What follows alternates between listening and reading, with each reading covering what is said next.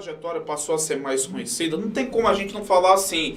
A tua história se confunde muito com um histórico assim, de luta, de batalha, de terras.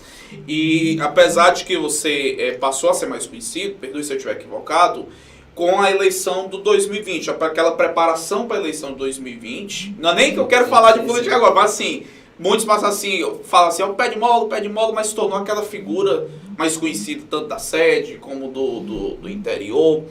E uma coisa que eu pude saber um pouco depois que eu lhe conheci, é de que a relação, assim, e eu percebi foi no discurso da sua prima, Maximiana, na sua posse de pai Matesse, falando justamente do que você passou, das dificuldades enquanto infância, enquanto adolescente, ali na própria região dos Grossos, né, quando estava passando, acho que era passando a ser assentamento, né, e vocês enfrentaram assim, foi prédio derrubado, acho que escola derrubada, situação até um pouco violenta. Conta pra gente como foi as coisas tão espinhosas, né, dessa parte da sua trajetória.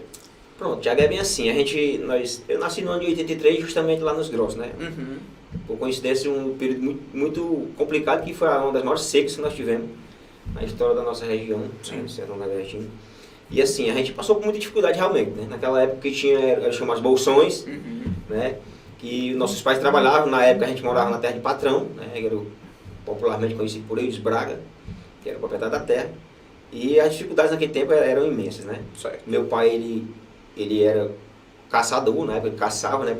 Esse Eudes Braga era de lá da região ou não, Pé de Mola? Eudes Braga, ele era da região, sim. Ele era da região, era muito conhecido, né? E ele era o patrão da terra na época que a gente trabalhava. Nossos pais pagavam renda na produção, né? Certo. Sempre tinha aquele negócio de produzir, era o 3-1, né? E assim, sempre ficava aquela rendazinha pro patrão e a gente foi trabalhando nesse sentido. E as dificuldades eram basicamente assim, desde na época da produção, com a estiagem, né? E o meu pai, o Chico Severiano, ele sempre tinha que se virar para dar conta da família, né? Certo. E ele ia caçar, eu sempre gosto de falar isso, né? Ele ia caçar no período da noite e durante o dia tinha que trabalhar, né? E eu lembro demais que eu pequenininho, mas ele na parte de obras, ele sempre mostrou essa parte de obras, e teve a questão dos bolsões, era muito nessa parte de obras, né? Era açude, construção de açude, construção de pequenas barragens. Era como se fosse um emprego temporário. Era o governo financiava, né, para construir aqueles pequenos açudezinhos, barragenzinhas na terra dos patrões. Certo. E na época lá, a construção maior que teve foi do açude da Vajota do Saco Belém, né? Que muita gente trabalhou na época. Certo. E meu pai trabalhava lá. Que era o açude principal do Saco Belém. Hoje é o açude principal do Saco Belém, o maior reservatório que nós temos hoje lá. E ele ia trabalhar, né, no período da manhã. E, só para você ter ideia, o que ele ganhava, né, na diária de serviço, naquele período, não dava para pagar. Naquele tempo, pela questão de inflação, essas coisas, que de açúcar, lá de óleo, e aí você tem que consociar todo, né, o trabalho com comprar alimentação, com a educação dos filhos. Então, assim, era uma dificuldade realmente muito grande. E a gente tomou isso como uma lição, como uma forma também da gente se formar como pessoa. Né? Então, a gente sempre gosta de ressaltar essa questão da luta pela terra, lá nos Grossos, né? Após um período, né, um longo período que a gente trabalhava lá na terra do Eudes Braga, nossos familiares, avós, tios, e aí ele faleceu, né, o proprietário da terra. Ele deixou a terra como herança para o senhor Luiz Antônio Farias, que foi prefeito de Hidrolândia por um longo período. Mas eles tinham alguma ligação? Era família? Ele era só... Comenta-se que ele era padrinho, né, do Farias, que era o prefeito de Hidrolândia, né? Exatamente. Aí essa terra ficou como herança para Farias, né? Começou o clima de instabilidade, né? Nossos pais tinham as áreas produtivas deles, né? As baixas que a gente chama, que planta e tal. E ele começou a impor nessa questão de que a gente não podia mais criar na propriedade, que o capim, as forragens que tinham lá eram dos animais dele, né? Inclusive começou a cercar os perímetros até do quintal das casas, como a gente chama. E a turma nosso povo, né, que era acostumado com o ex-patrão, começou a não gostar daquelas ações. Bater de frente.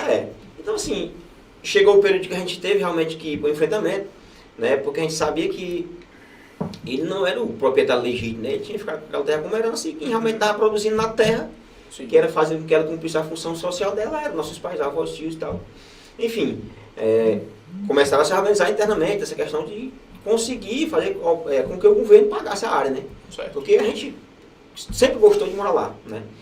Uma área produtiva, uma área muito boa, né? Quem conhece os Grossos sabe da área que realmente é muito produtiva. Então, assim, ficou aquele clima, né, de pessoal, e ele sempre dizendo, né, que que a gente tinha, quem não gostasse da forma que a gente fosse tratado, que saísse da propriedade e tal, aquele negócio. Faria certo, Farias. Não... E a gente, né, eu muito novo ainda, não sabia, a gente não tinha o conhecimento realmente a fundo, mas a gente sofreu bastante, né? A gente era colocado para fora das casas, né? Quando chegava lá, os capangas, como a gente chamava na época, os capangas iam, né, nos carros, assim, aquela carra de capanga com espingarda, para poder tirar a gente das casas, e a gente não tinha o que fazer, o que a gente fazia? Correr pro mato, né? A gente corria. Qual foi o episódio mais violento dentro desse processo aí? Eu acho que é exatamente isso, Thiago. Foi no momento que eles chegavam a atirar na gente, né? Atirar? Ainda hoje tem tio meu lá que tem chumbo, né? É mesmo? Chumbo entre colher a carne, tem. E assim, a gente foi um momento realmente muito difícil, porque a gente pequeno, os nossos pais, era uma forma também até de barrar aquela ação do fazendeiro, era colocar a gente como uma barreira humana, né? A proteção, a gente ficava, os pequenininhos sempre ficavam ali na frente para que ele não chegasse para atingir nossos pais. Sim. Então se teve vários momentos, né? E acho que o que ficou mais marcado na nossa mente foi a questão da escola, né? Porque exatamente no período de infância que a gente sonhava com a educação, né? Sim. Porque a educação sempre ela foi... Que já era tão distante, né? Era para vocês, né? É distante demais. Então assim, quando começou-se a construção da escola lá, né? Todo mundo com aquele anseio, né, de que realmente a gente ia ter uma educação lá, agora lá na comunidade. A escola realmente muito bonitinha, que a gente dava num quartinho, num pequeno quartinho, né, em casa de taipa, como a gente chama. E claro que uma estruturazinha mais bem aconchegante, a gente sempre com aquela felicidade, né, Renato? E foi no momento que meu tio estava em cima estava finalizando a parte de madeiramento, cobertura lá do prédiozinho da escola, né.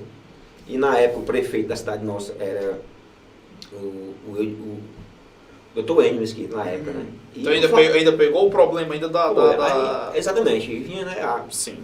Aí o Farias também tinha essa ligação com o prefeito, né? Sim. Eram amigos e tal. Eu acredito até que o doutor Enio nem sabia para que era que ele ia utilizar aquela máquina. O certo é que ele solicitou uma máquina do município e chegou lá e só pediu para o meu tio sair de cima do prédio que eles E ele lá. E ele lá. E aí sim. Nessa época ele já era prefeito de Hidrolândia, não era só empresário. Não, ele era empresário, né? Eu não tenho nenhum conhecimento se ele já era ou não. Acho que não. Porque eu era muito pequeno, né? Não tinha conhecimento, mas sim. Eu acredito que não. Foi depois que ele se tornou, inclusive, político. Mas o certo é que eles fizeram derrubaram, né? Sim. E a gente pequenininho, cara, isso aí pra lá foi uma coisa muito que ficou assim, muito marcada, que a gente chorava, né? Nossos pais. Porque era uma oportunidade que nós íamos ter ali, né? E isso foi apagado. Né? Foi apagado justamente por isso, porque não é de agora, né? Vem de muito tempo essa questão dos patrões quererem controlar o aprendizado das pessoas que trabalham para eles. Né? Por quê? Porque eles querem sempre que quanto menos você entender dos seus direitos, para eles é melhor. Né? Se eu não sei um direito que eu tenho e que o patrão mais fácil tá de controlar, né? Ele fica mais fácil de controlar. Então, sempre foi assim, né? E aí a história dos Glossos foi mais ou menos nesse sentido, né? E a gente conseguiu ao longo do tempo, né? E contrariando essa ideia dele e que a gente não iria sair de lá, teve alguns momentos que alguns saíam, né? Nós mesmo, meu pai e minha mãe, a gente teve um período de passar no Saco do Belém, nós moramos, se não me engano, por 7 anos no Saco do Belém, meu pai prestou serviço lá para uma empresa terceirizada da Embrapa, né? A antiga Locabras. Nós ficamos lá um período, né? Porque teve um momento que a gente tinha que recuar um pouco para poder tentar buscar os órgãos competentes para nos ajudar e tal. Inclusive na época a gente teve um apoio muito forte, né? Do ex-prefeito de Sobral, que é advogado. Veveu?